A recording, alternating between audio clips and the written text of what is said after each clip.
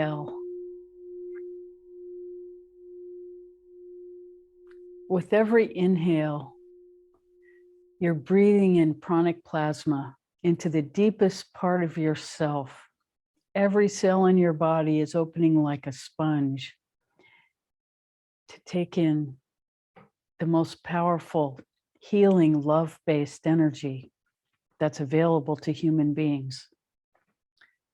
So you're inhaling this beautiful, pure, raw, healing love, and exhaling everything that's not that.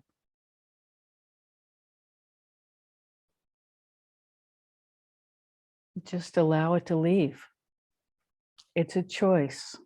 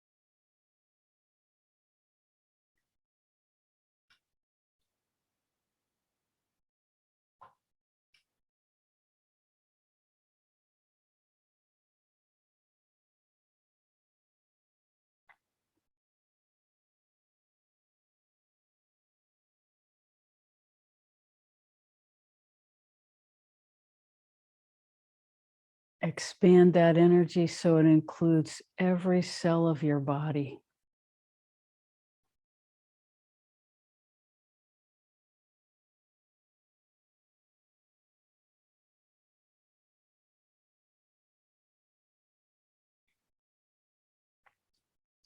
Allow any kind of distraction, anything that's not this love, to just leave. It will be there when you finish to pick up again if you want to.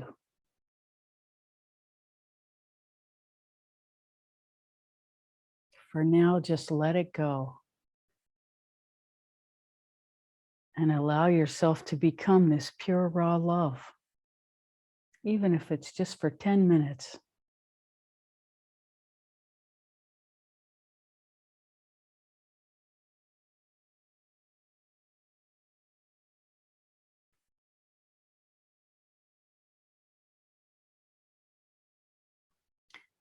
When you feel that it's expanded to encompass every part of your physical body, then you go to the center of your heart in the middle of your chest, and you visualize there a tiny being. It's actually you in your completely realized state, sitting on a lotus in the center of your heart. Breathe into this being and allow it to expand again to encompass your entire body.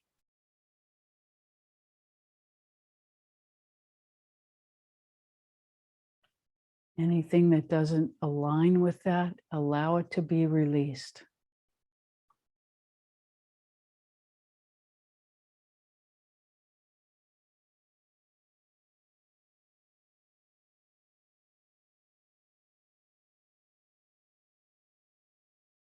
This can feel like jumping off a cliff into unknown territory. Just allow these other things to let go.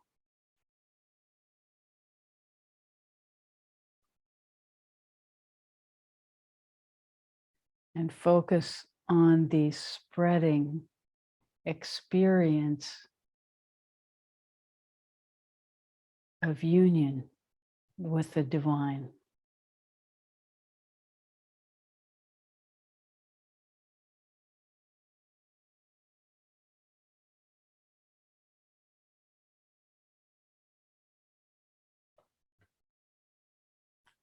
And now at your own pace,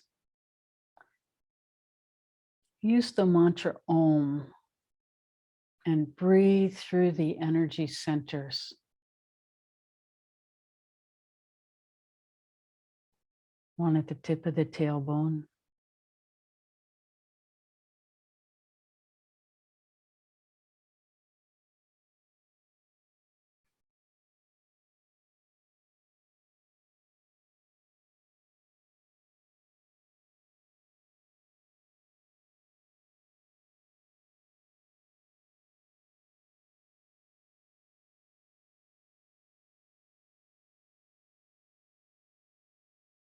just below the belly button.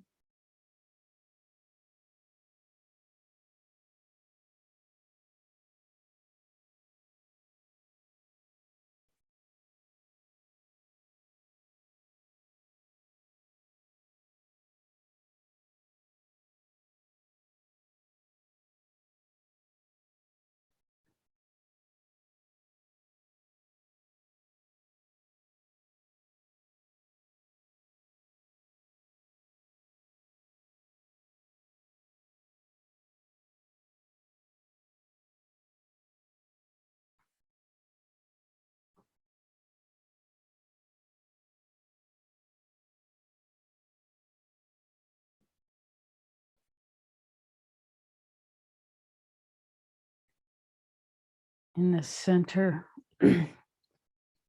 just below the V of your rib cage, in the center of your body.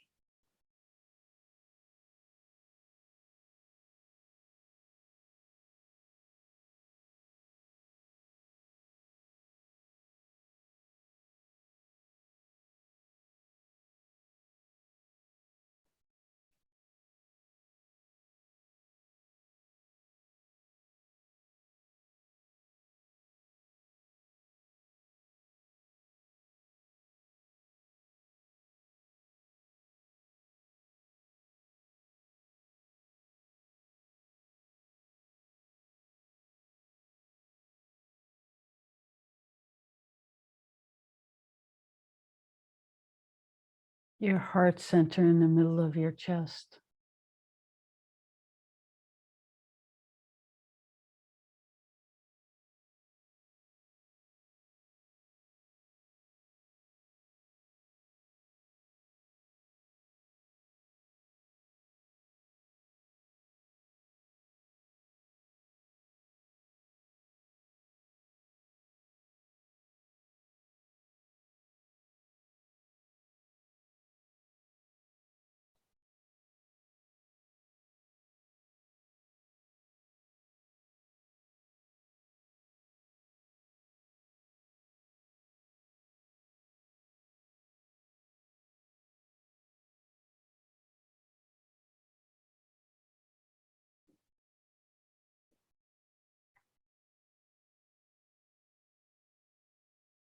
Into your throat center.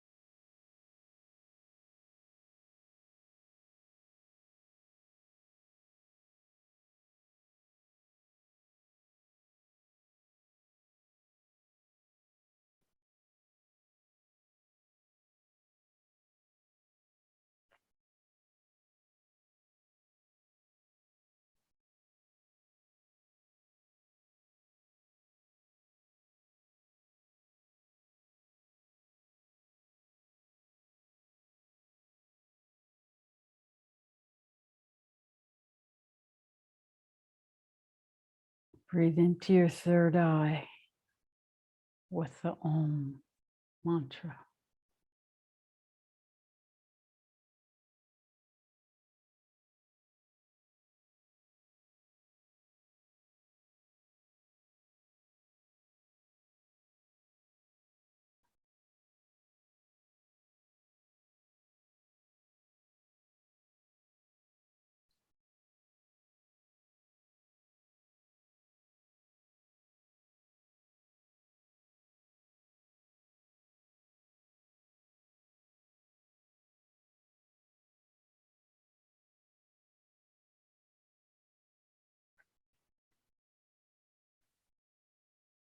Take your attention to the top of your head.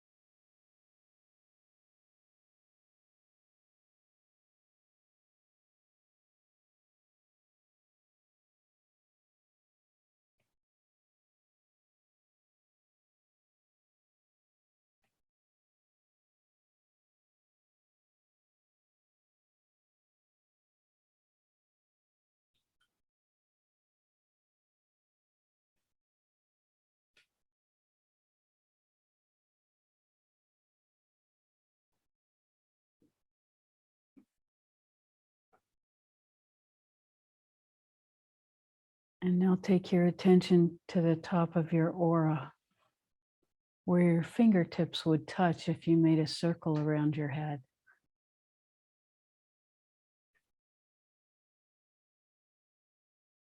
Silently say the Om sound into this space.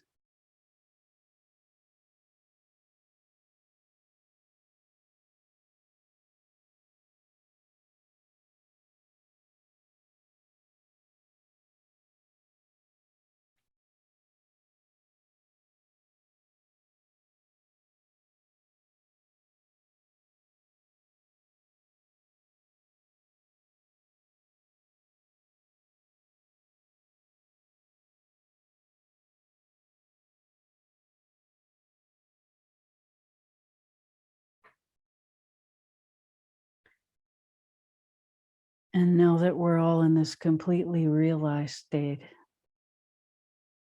bring your attention back and we'll begin our conversation.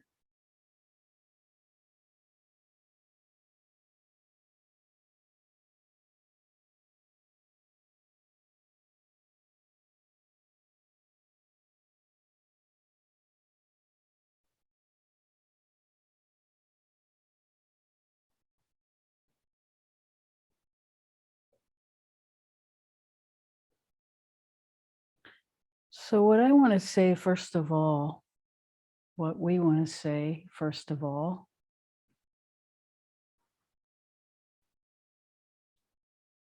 is that we could regard this whole meditation as a spiritual bypass.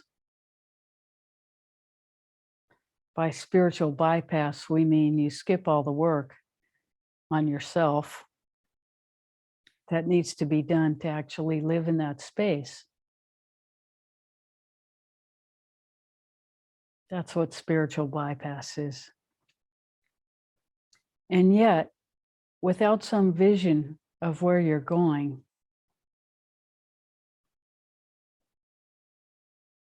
how can you take the journey really?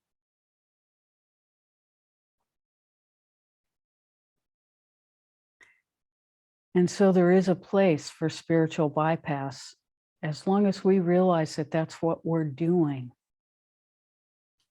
that we are intentionally dropping everything that might be the work that needs to be done between now and when we die. We are intentionally dropping it so that we can have some vision of who we are without that.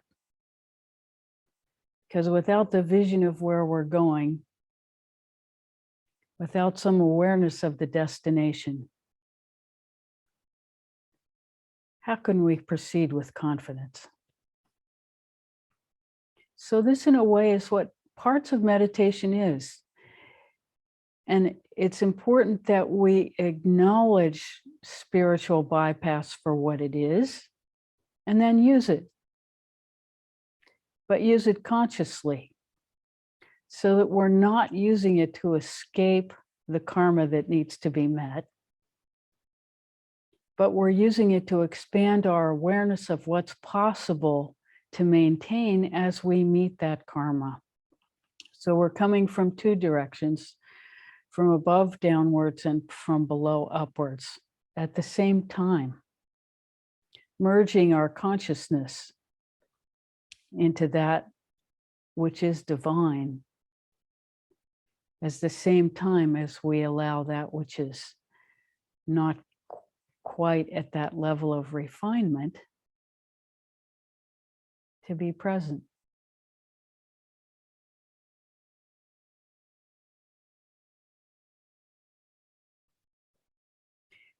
We want to live neither in denial of our work nor under the burden of it so much that we can't experience anything beyond it.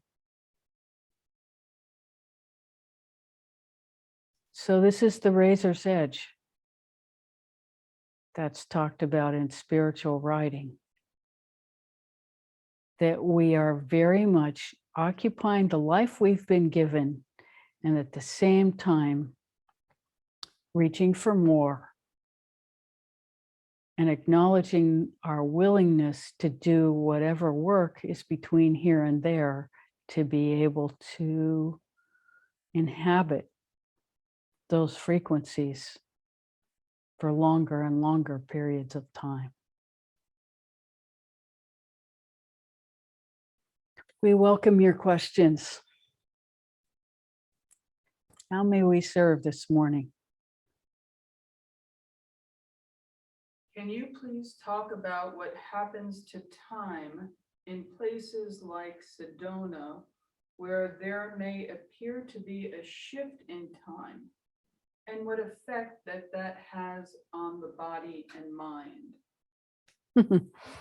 This is a very interesting question because we haven't been to Sedona yet. And so it's only 2 days away, but we're going soon. But we can talk with quite a bit of authority about time itself. And the first thing we'll say is that it doesn't really exist. And so, of course, when you enter spiritual dimensions in any way in your meditation or in special locations that, for whatever reason, hold spiritual energy, it's not an unfamiliar idea to us that time would disappear. And when time disappears, it's very disorienting because we depend on time to live our outer life. Our inner life is not so much governed by time, except by our own desire to occupy a time-centered world. And this desire comes out of our connection to matrix of belief. When we learn to suspend our matrix of belief so that we can examine it, then time disappears. And Rebecca's actually had a lot of experience with this in the last 6 weeks or so, that she'll be sitting and take a deep breath to get oriented before beginning a task. And the next awareness is 20 minutes later. And whatever task was there to be met is now someplace else in time. And so this has required her to set alarm clocks for everything and then reset the alarm for 5 minutes later because the deep breath that centers everything to be prepared renews the cycle again. So this can happen when you start to disconnect from time orientation. And it's a little bit confusing to deal with. But once you have the understanding that time doesn't really exist, then these experiences are just experiences of reality being shown. in a more true way than our matrix of belief linear perception that has moments happening in a linear sequence, because that's how our brains are made to receive. When we expand our awareness so that that linear sequence is no longer necessary, then our beingness is infinitely adaptable, and it begins to occupy no time as much as time. You then have a choice. So Rebecca's in the process of adapting to no time while living in the same world of time and understanding the time, but not letting it be the dominant feature of the now. Because when you begin to understand that there is only the now, then this whole time-centered orientation can no longer sustain itself.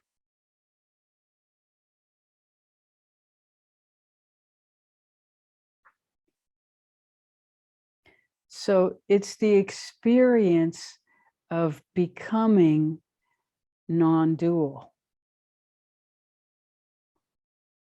But you never exactly lose the duality because we still have a body, and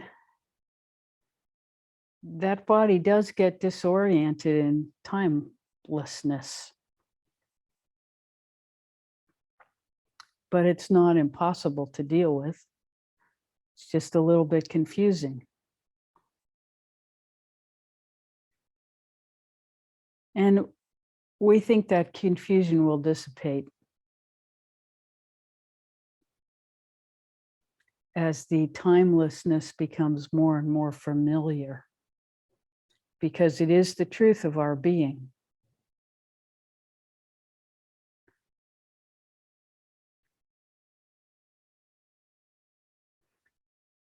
And if you remember, we've talked about the soul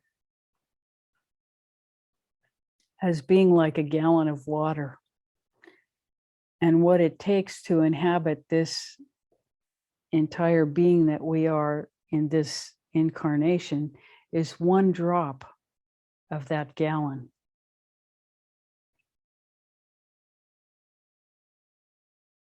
So of course, as we immerse ourselves into divine consciousness, we are immersing ourselves back into our soul, which is undifferentiated in terms of time and space.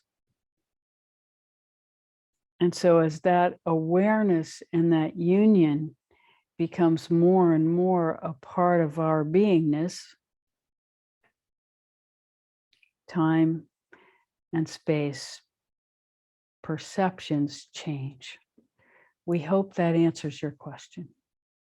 There's a clarification. Mhm. Early on, you had said we hadn't been to Sedona. So the question is that we, you just mentioned Rebecca or Annassa? You said we have not been to Sedona, and I would like to know who we is. Welcome to our life. It's not that simple as a line that's crossed. So Annassa has access to everything that is Rebecca. And Rebecca has access to whatever she can hold in a moment, or allow in a moment is a better way of saying, of Annassa. Annassa becomes limited by the experience, the articulated experience in language that is Rebecca. So we is the combination of both, which is frequencies of, well, we'll say it how it really is. Annassa is a soul group. So it's not just one sort of semi-individuated energy, but a whole collective that becomes available to channel through Rebecca.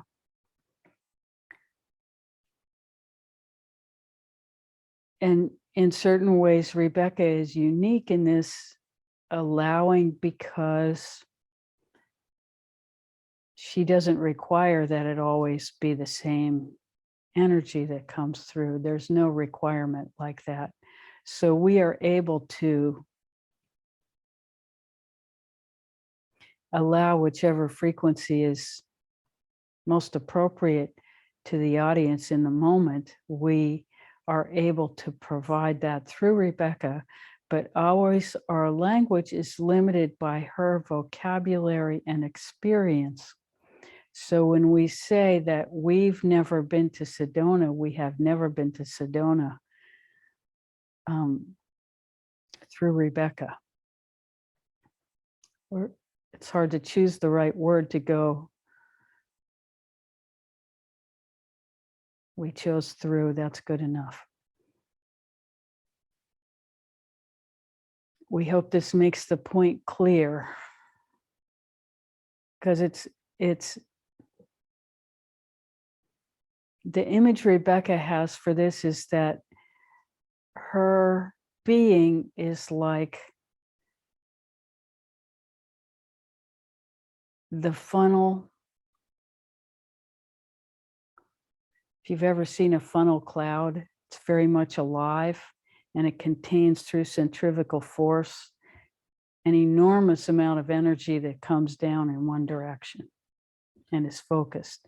That's what our entry is like.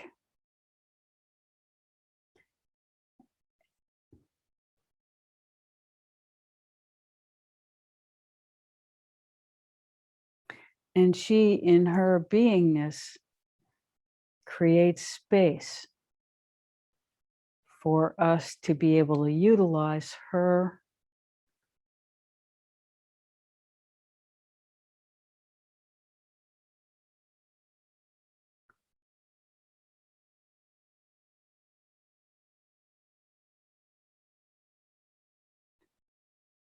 we're trying to find the language for our interaction. And so if you imagine the boundless meeting the bound, this is sort of what we're struggling to describe.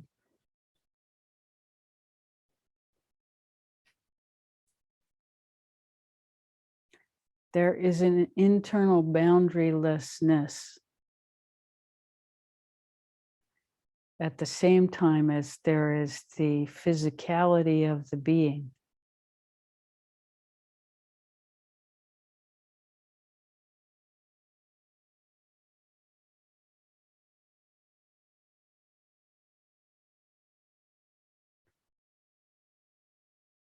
And that is what you are witnessing.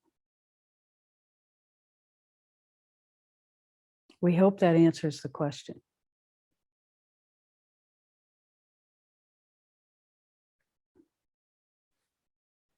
Is this possible for every human being? Yes.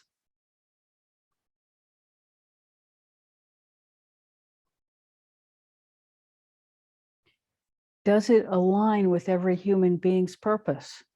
No. And so this issue of alignment is really key to the expression of our highest potential.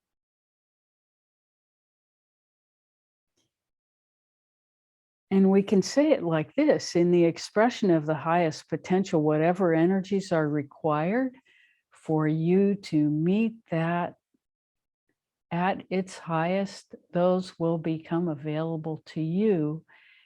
It's a reciprocal interchange. As you create more space in yourself and are more in alignment with your highest purpose, then the energetic, we want to use the word solution, the energetic solution to the riddle of alignment with highest purpose becomes available. as you cultivate that alignment, and each of us is completely responsible for that cultivation of alignment in ourselves as we grow spiritually. And as each of us has a unique purpose, unique alignment that will allow for the realization of the purpose of this life. And for each of us, that is different. As we come into alignment with that, we can recognize it by the happiness that begins to pervade our being. Now, that too can be spiritual bypass.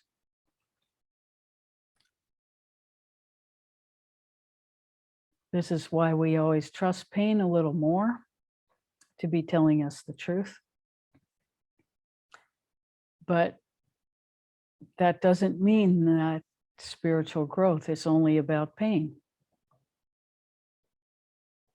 Spiritual growth encompasses everything.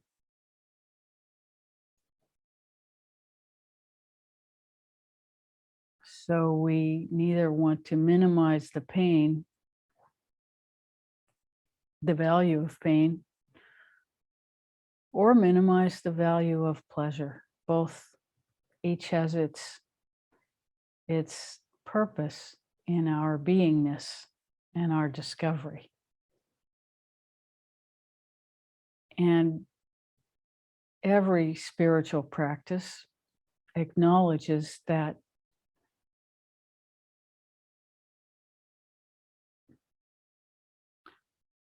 pleasure and pain cease to guide our experience as we become more and more in alignment, because we understand that both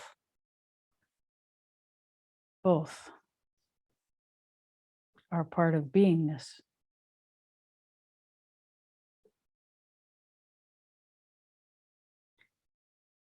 And so there's a point of equanimity where both are allowed. And at a certain point, they become indistinguishable when one is in the complete center of beingness.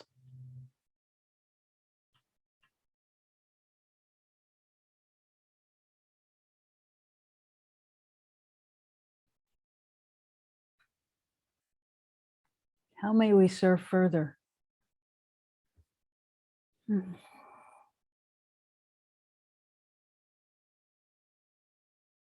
Yes. Back on the issue of time, different person. Yes. During two separate times when it was likely that I might die, I had a sense of extremely slowed time and movement. In reflecting on those events, it seemed that was the time between when it was being decided if I would stay or go. Can you offer any insights? Well, part of this is physiological. When we're in a crisis situation, our physiology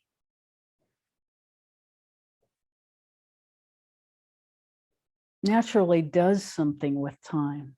You know, we get this huge cortisol spike, adrenaline, cortisol, all of the fight or flight hormones get activated in these moments where our life is threatened.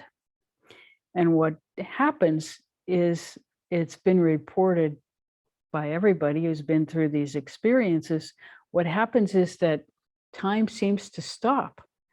And suddenly you can see whatever projectile coming at you that is going to take your life, or whatever the situation is, you suddenly see. And then they talk about the life flashing before your eyes. This is Yama in the hall of review of what the life has been.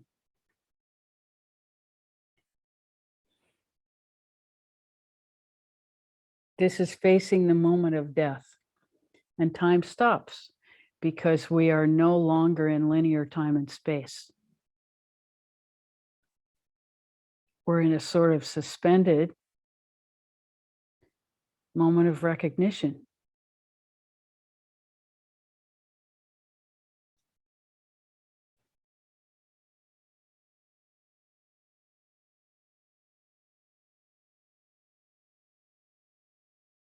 That's what we can say about that. And when we understand that time and space are mutable, depending on our matrix of belief, as we suspend our belief in the matrix that we were born into, our access to timelessness becomes greater and greater, especially as we get over our fear of timelessness. But timelessness is an internal experience.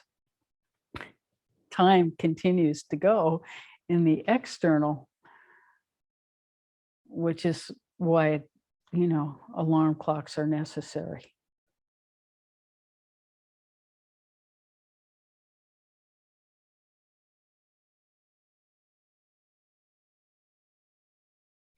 We hope this answers the question.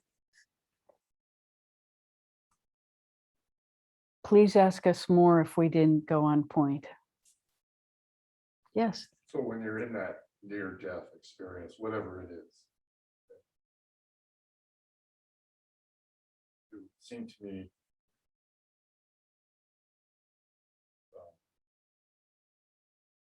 there's a personal choice you can make depending on the situation, where you can decide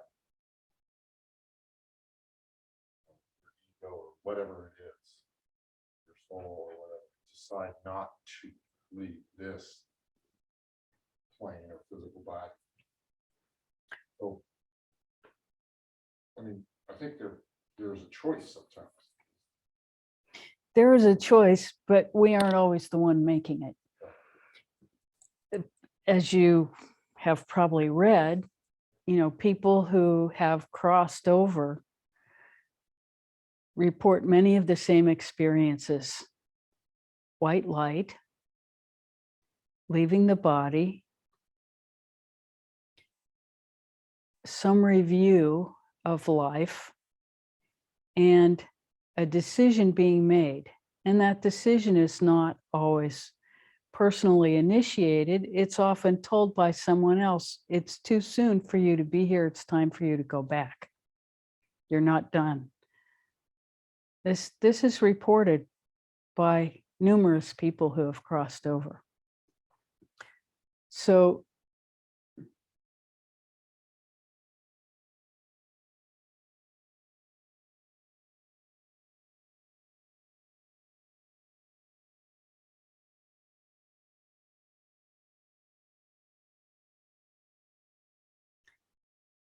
this really gets into the conversation between blueprint and choice.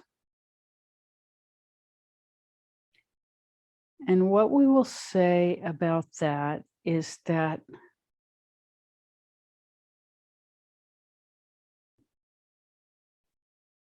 cultivating inner awareness on a regular basis promotes capacity for choice. That's the way we'll say it.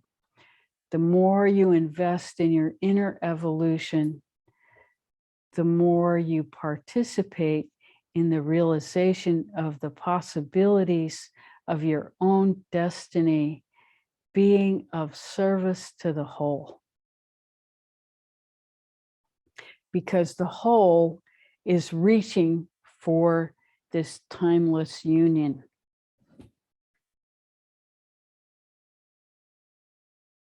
The whole is reaching for the highest possible reality.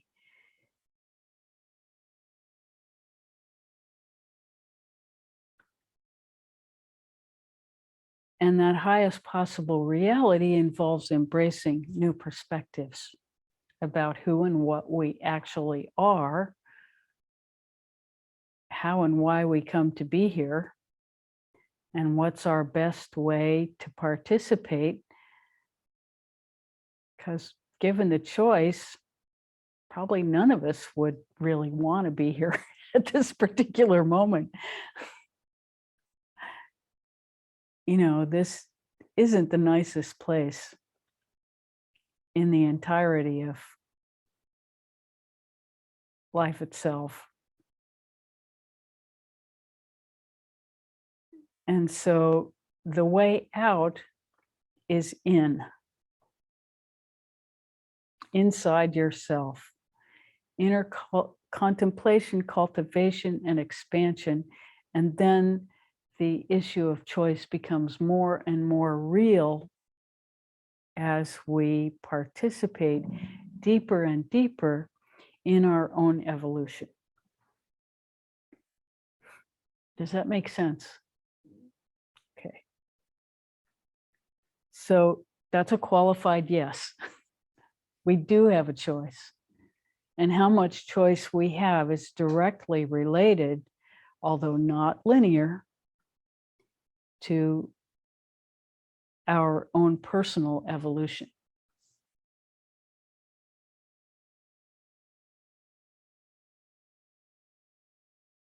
So the more we have cultivated our expanded awareness, the more choice we have, partially because our familiarity of being in that timeless space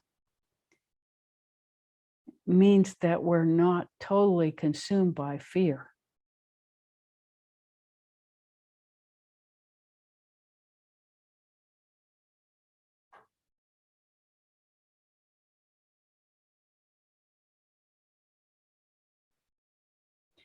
There will always be the fight or flight chemistry that comes, and part of that nature is fear.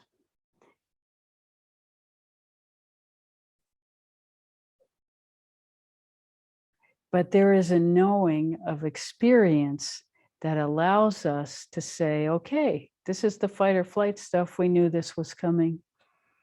We can breathe into this if we can access our breath, or just allow it if we can't. And if we can generate within ourselves curiosity, curiosity and fear are very close, excited anticipation. We can be with that moment with some sense of allowing.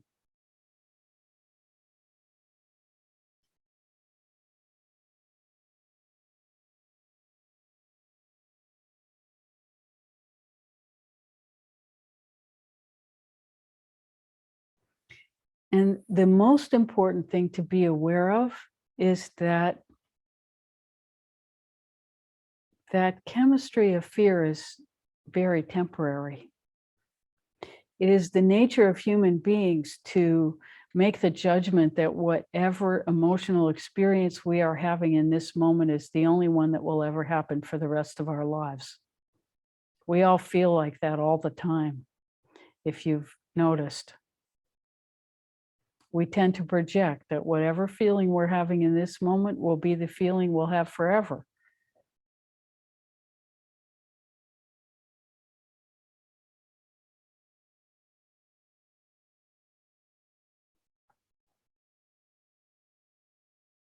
And we also project that we've experienced this feeling forever in the past.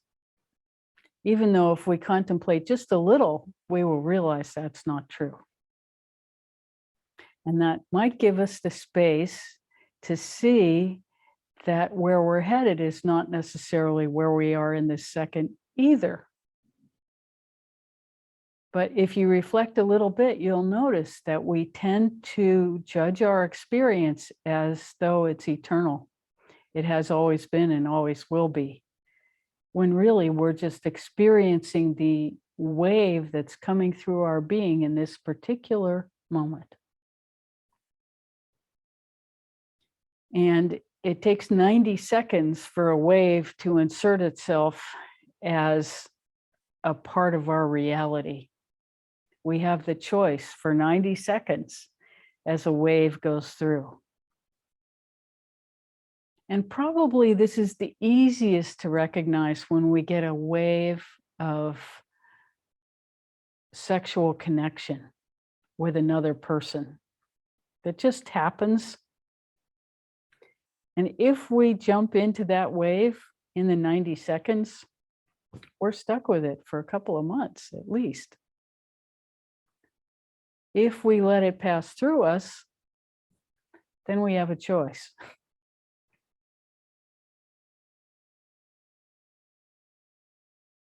But it takes some life experience and willingness to allow waves to pass through before we understand that we have a choice. So we're telling you because we want you to be aware of these waves as they come up and pass through. And most of the time, the waves that we have no resonance with, we don't even acknowledge. They just come and pass because there's nothing in us to connect to them. It's the waves that are unresolved in us that come through and we magnetize to that experience. And that's how we create the next thing. So we have a choice as our awareness expands so that we can see the wave coming in. We can acknowledge, for example, an attraction and let it keep right on going. Say, oh, that would be nice, but not right now. That's choice in action.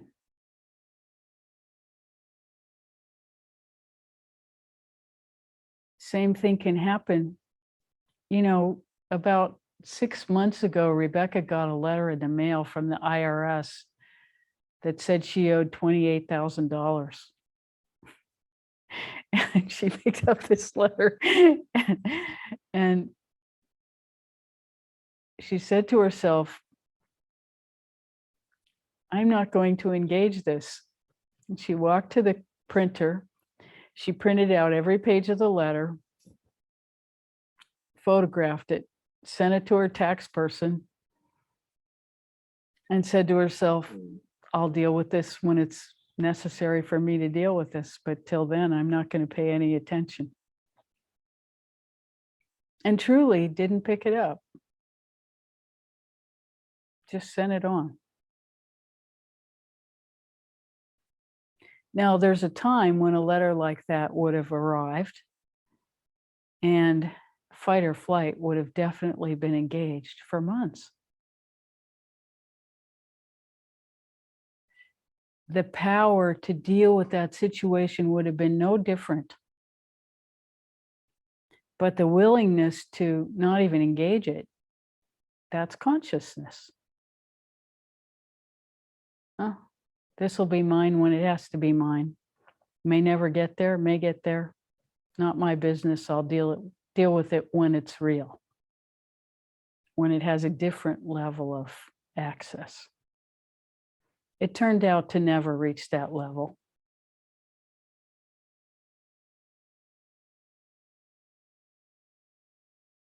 But these things happen all the time. And it's an invitation to waste enormous amounts of energy in something that will never manifest.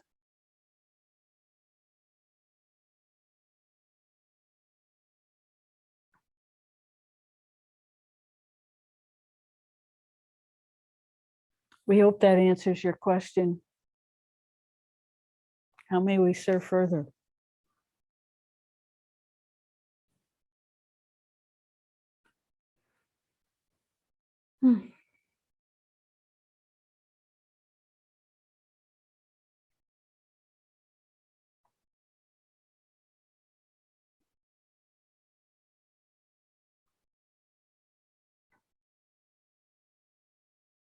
We do want to tell you that on Thursday of next week, Jupiter is moving into Aquarius. Jupiter In the Vedic system, Jupiter has been in Capricorn, which is a sign ruled by Saturn. And Capricorn is Jupiter's house of debilitation. Debilitation means that a planet loses most of its power to do good. And Jupiter is one of the planets that we depend on to do good. Jupiter only does good. It's the guru planet in the sky. It's the planet of guidance and spirituality and wisdom. And Jupiter has been debilitated at least since October of 2020. Before that, but at least since then. So it's been a long time since we've had Jupiter gifting us wisdom, a certain kind of contentment and expansion. And so that will begin to come back. It will still be in a house ruled by Saturn in Aquarius, but it will no longer be in its sign of debilitation, which is the worst place for it. So once it moves out of Capricorn, things should lighten up a bit for all of us. That happens at the end of next week.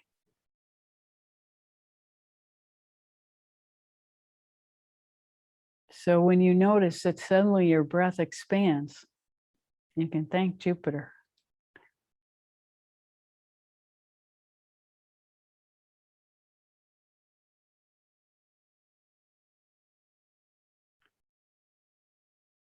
It's been a while since we've had much to be grateful about in the sky.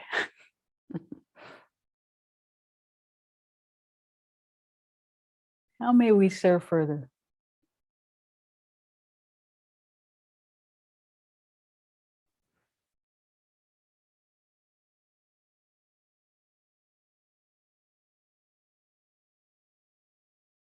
How do you ID your karma and your purpose?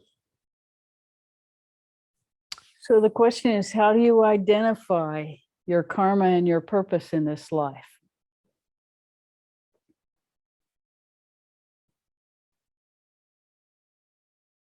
It seems like some people are just born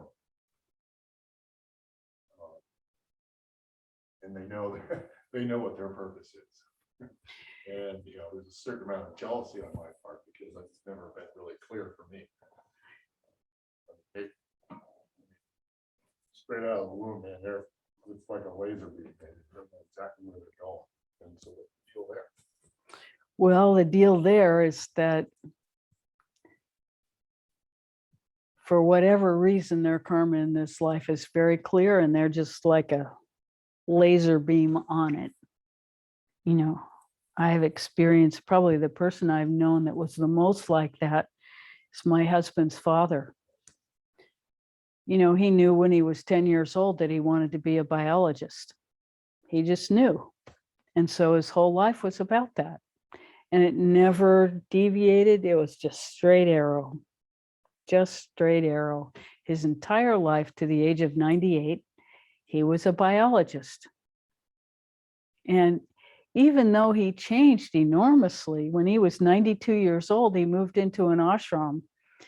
And he was, yeah, I'm a scientist, but I know you guys are onto something and I want to be here because it feels so good.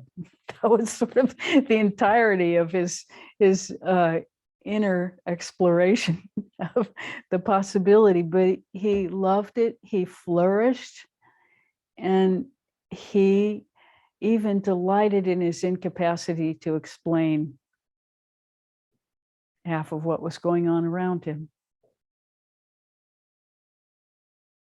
But that was his clear purpose, and he never doubted it. He never questioned it. He honored it, and that was completely his life.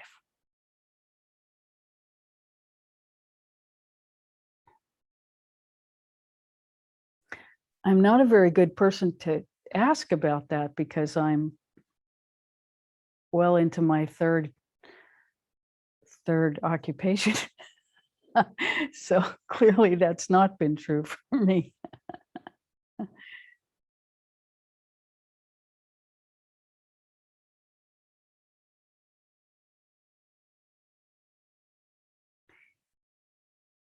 And interestingly, we'll use Rebecca. Rebecca throughout her life has the only occupational choice she made was music. And she lived with a guru for over 30 years who told her to go to medical school. That was how that choice was made. And then we encouraged her rather adamantly to study astrology. So that's where that has come from. So we can say that if your desire to know is what's motivating, you will know, or you will be guided, which is the same as knowing.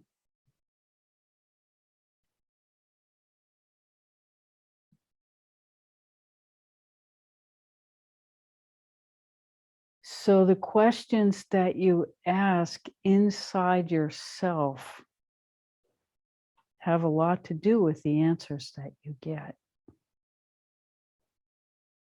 What you tell yourself about who you are has a lot to do with what you manifest as who you are. So it's important that we watch our self-language, how we identify ourselves.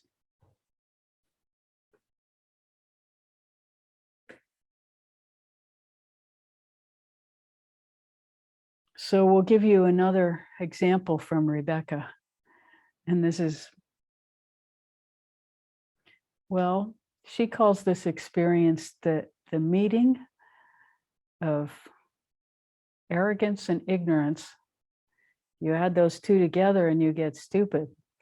So when she was in her mid-40s, after she had finished medical school and was feeling pretty arrogant, because that's what they teach there, she had an experience with her astrologer of the time where he told her that what the prediction was for the coming year was mostly anxiety, depression, very serious despair, darkness.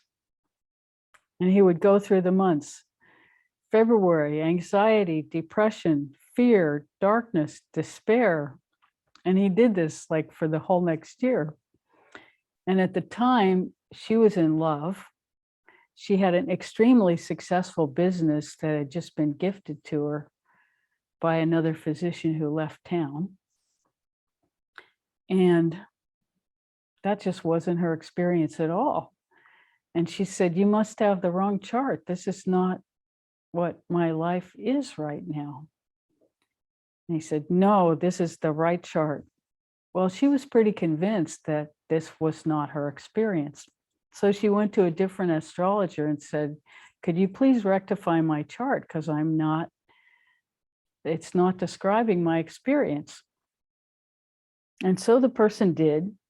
And there was a little more to it. Her mother said she was born in time for lunch, and her birth certificate said she was born at 12:25 at night, 12:25 a.m. And so she, had reason to say, well, maybe the AM and PM is just backwards. That seemed reasonable because having worked in a hospital, it's easy to get confused about time in that setting when there's drama and trauma happening. So anyway, she had this chart, and as she started to study astrology this past year, the whole year she was referring to this rectified chart. And as time went on and she was beginning to understand more and more about astrology, the chart seemed to no longer fit. And she was going, wait a minute, what is this? It's like looking through glasses that are out of focus. And so she couldn't find her birth certificate and ended up writing to the DMV, getting the original birth certificate and running that original chart. This only happened like 2.5 weeks ago. And the original chart is right. Everything fits. So this is how we came to self-inflicted definition of stupidity. Arrogance plus ignorance equals stupidity. And so a whole year of the wrong chart studying astrology was pretty difficult, self-inflicted injury. And it took the whole year to figure it out. Oh, I got to look and see what that other chart is, because maybe that's right. And of course it is.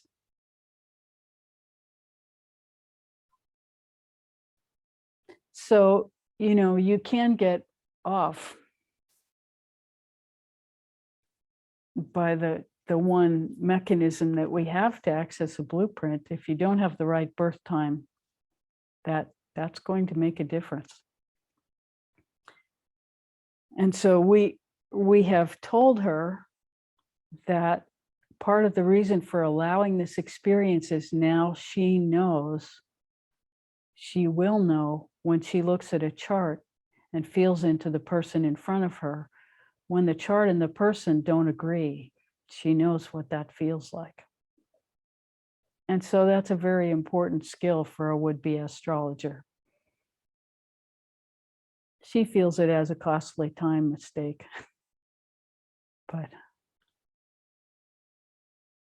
And we do not encourage that self-talk of stupidity. But she's not quite over it yet. And it's the way it happens. These things happen. We allow the feeling. Self-inflicted. Wish I hadn't done that. And it will go. We hope that answers your question. How may we serve further? What an interesting conversation this morning. I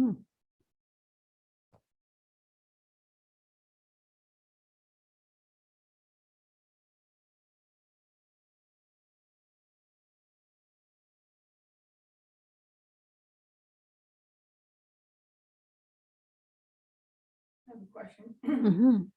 You spoke of yama before, the observing of one's life, and I'm guessing that's when once they've transitioned into the unseen.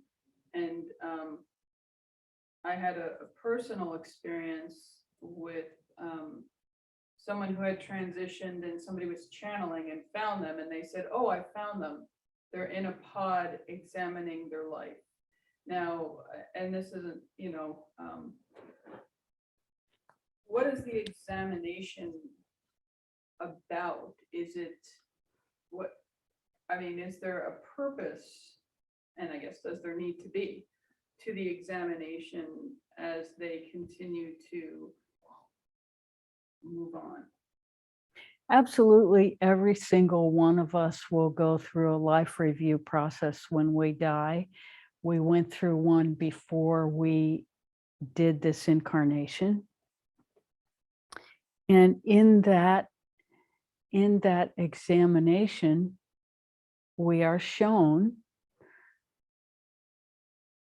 the experiences that we need to see from our life and the choices that we made that influenced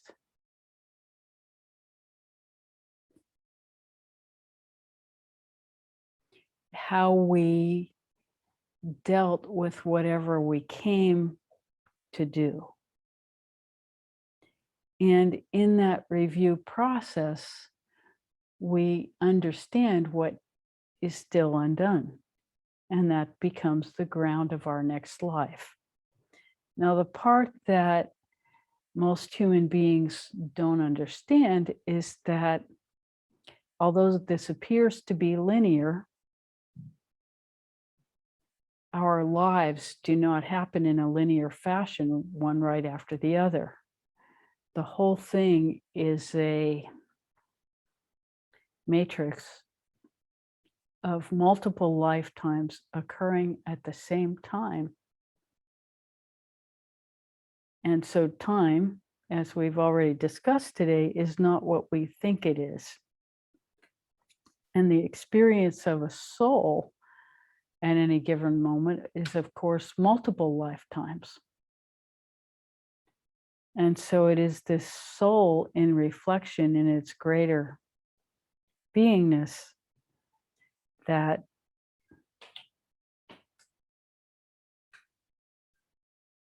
is helping in the accommodation of bringing the entirety of beingness into harmony throughout these many lives.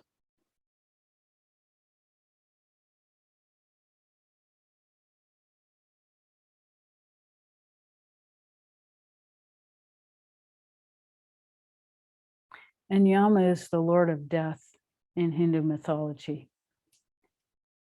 And Yama is an enormous being that is mostly mouth consuming life.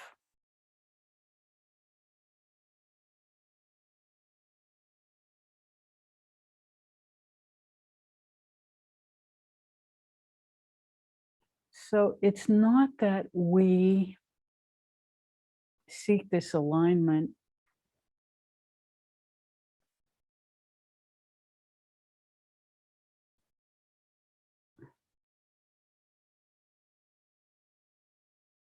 as just a quest for wholeness, but it is really a larger quest for total realization. And that's bringing all parts of ourselves into harmony with the whole.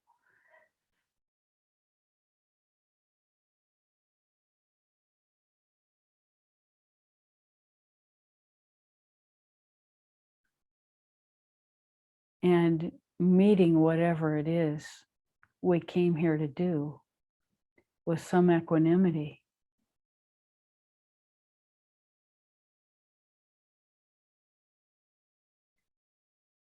And understanding that we are participating in a process that transcends time and space.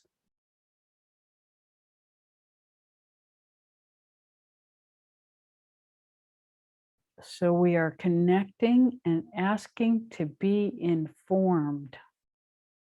What am I not seeing is a very good question.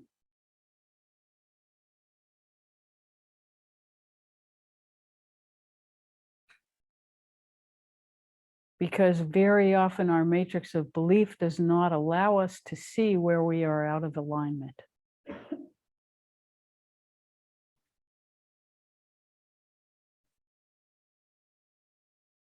Because understand, our matrix of belief has been instilled by those around us when we were born who desired our survival.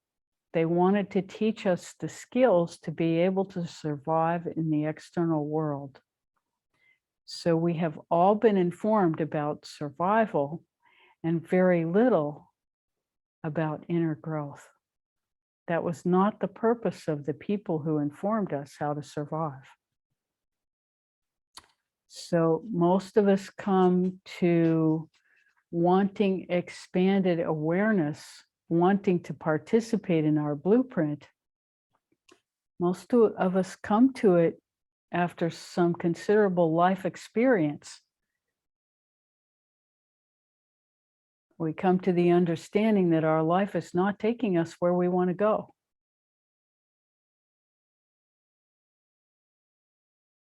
Which is, of course, love, peace, joy, and gratitude.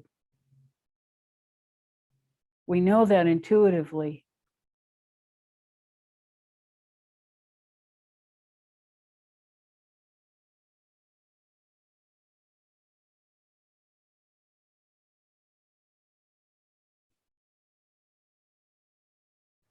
Does this make sense?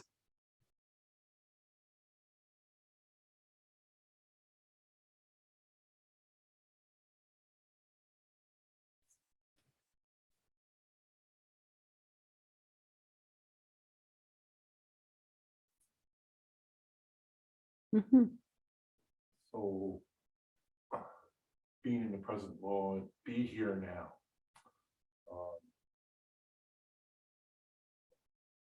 in a way can confuse me because, everything I've read in current scientific thought and even spiritual thought is that the now has always been and always will be. So it's being here now is this endless succession of what's always been and always will be. So how can you be here now if it's always been and always will be?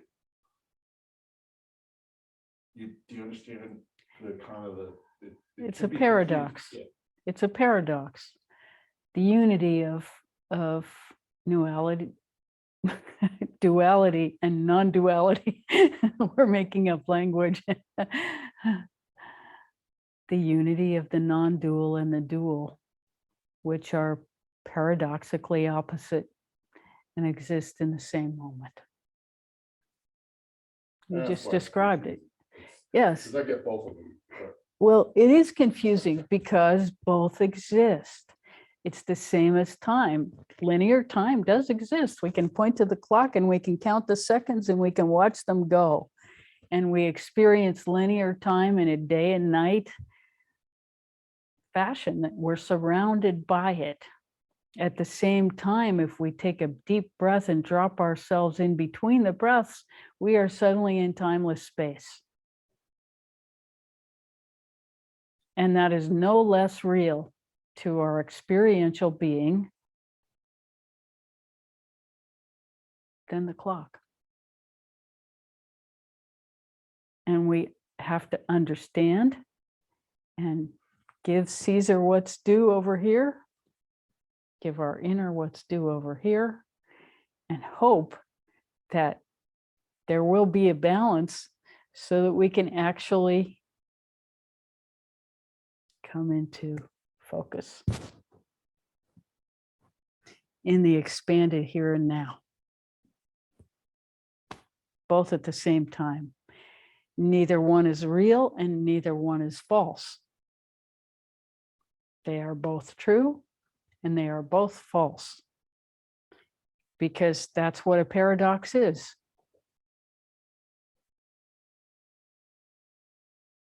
Two things that are true appearing to be false, and two things that are false appearing to be true. It's like those visual things, where you look at it one way and you see a vase, and you look at it another way and you see two faces. This is what we are. We are both.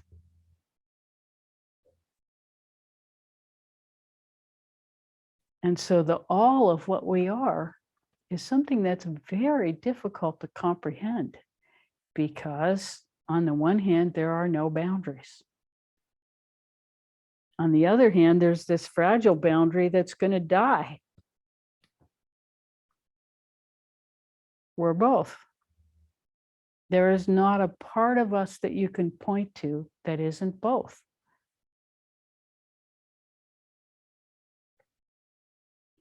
And most people run in denial from the part that dies and end up in denial of the part that lives because of the fear of the part that dies.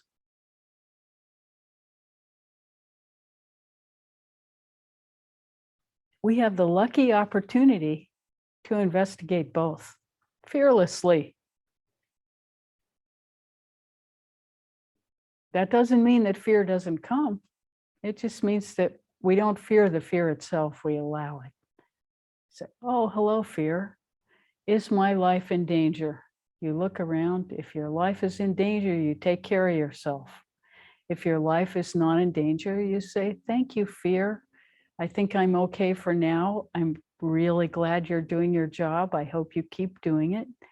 But I'm going to move a little further into this thing, because I don't see that fear is the exact right thing for now. We'll call it excited anticipation instead, and see what's there with curiosity.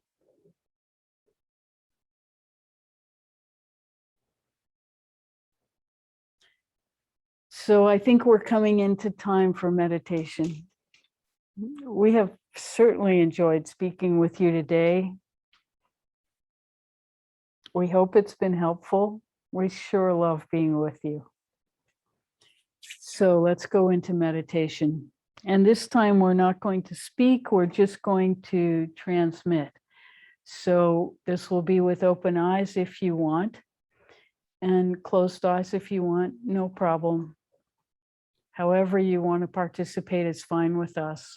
So we'll be quiet from now on. And we won't be here next week. We're going to an astrology conference in Sedona. We'll be here the week afterwards and have lots to report. So let's meditate.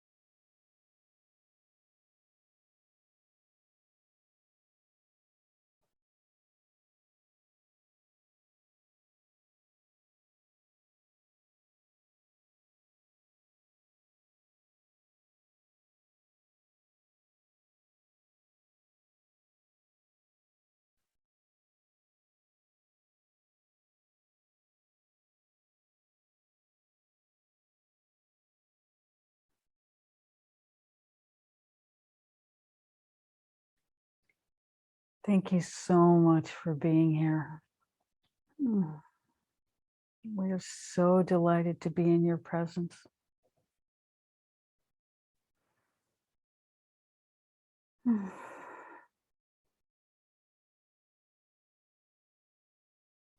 In 2 weeks. Have a wonderful time.